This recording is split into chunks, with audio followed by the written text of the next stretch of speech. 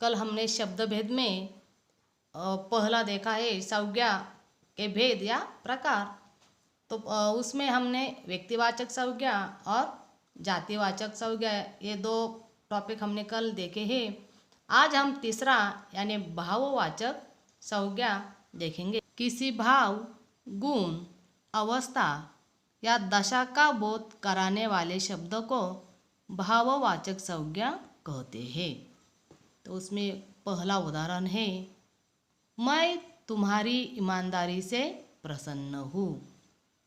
दूसरा है, मैंने उसके साथ दुश्मनी मोल ली।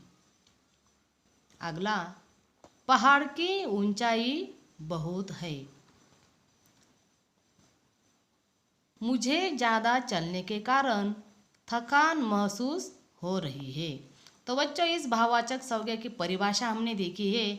और किसी भाव, गुण, अवस्था या दशा का बोध कराने वाले शब्द को भाववाचक संज्ञा कहते हैं। तो इस उदाहरण में जिस शब्द के नीचे मैंने अधोरेखित किया है वो हमारे भाववाचक संज्ञा है। तो पहला है ईमानदारी,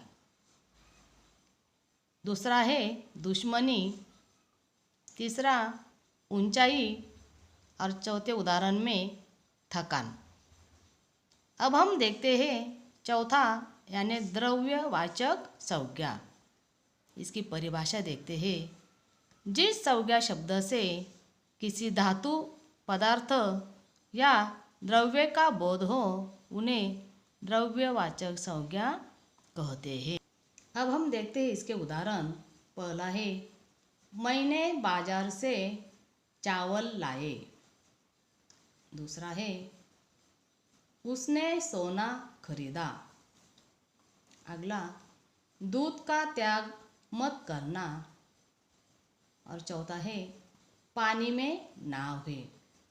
तो बच्चों, इस उदाहरण में हमारी परिभाषा है कि जिस संज्ञा शब्द से किसी पदार्थ या द्रव्य का बोध हो, तो चावल है पदार्थ, सोना है धातु और दूध द्रव्य यानी लिक्विड, वैसे पानी भी। तो यह जिसके नीचे मैंने अधोरेखित किया है वो है हमारे द्रव्यवाचक संज्ञा। अगला यानी आखिरी का पांचवा संज्ञा का भेद है हमारा समूहवाचक संज्ञा। इसकी परिभाषा देखते हैं। जो संज्ञा शब्द किसी समूह या समुदाय का बोध कराते हैं उन्हें समूहवाचक संज्ञा कहते हैं। समूह यानी क्या? ग्रुप। उसके उदाहरण देखते हैं हम।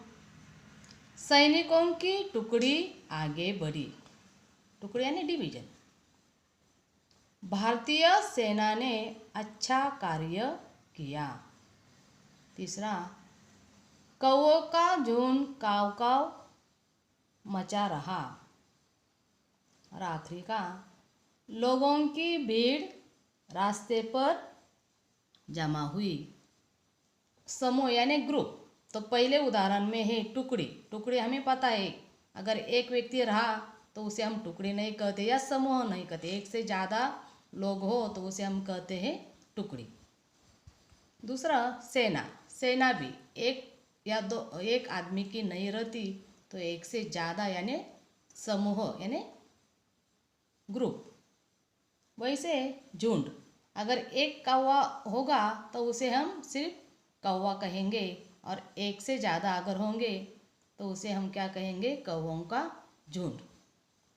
लोगों की भीड़, अभी एक अकेला आदमी रहा तो उसे हम नहीं कहेंगे कि यहाँ लोगों की भीड़ है। लेकिन एक से ज़्यादा यानी 5, 6, 10, 20 ऐसे लोग अगर इकट्ठा हो गए तो उसे हम कहेंगे कि वहाँ लोगों की भीड़ है। तो बच्चों, जिस शब्द के नीचे मैंने अधोरेखित किया है वह हमारे समूहवाचक संज्ञा के शब्द है। तो बच्चों, आज हमारा संज्ञा का टॉपिक यहाँ पूरा होता है। तो बच्चों, कल हमने जो शुरुआत की थी संज्ञा की, कल हमने उसके 2 भेद भी देखे हैं। तो अभी उसे ही कंटिन्यू करने का। दूसरा भेद हमने लिखा है तो अभी उसके ही नीचे तीसरा भेद हमें कंटिन्यू करने का। और ये आज का तीसरा, चौथा और पांचवा जो भेद है वो भी अपने क्लास वर्क में नहीं नहीं या तो अगर हम आप लोगों ने अगर ग्रामर को अगला पार्ट किया हो, सेपरेट पार्ट किया हो तो अच्छा है। अगर नहीं भी किया हो तो कर लो, क्योंकि कल से हमारी व्याकरण की शुरुआत हुई है। अगर सेपरेट पार्ट किया तो अच्छा होगा, क्योंकि सब हम उसमें व्याकरण का ही लिखेंगे। तो बच्चों ये भी आप अपनी नोटबुक में लिख लो।